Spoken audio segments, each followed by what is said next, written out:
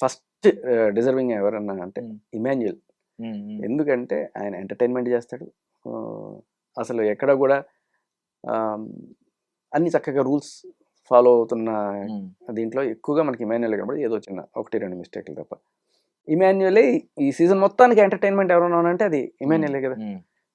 So ఆ కోణంలో Emmanuel first. తర్వాత ఇంకా సరే తనూజ బిగ్ బాస్ ముద్దు బిడ్డ.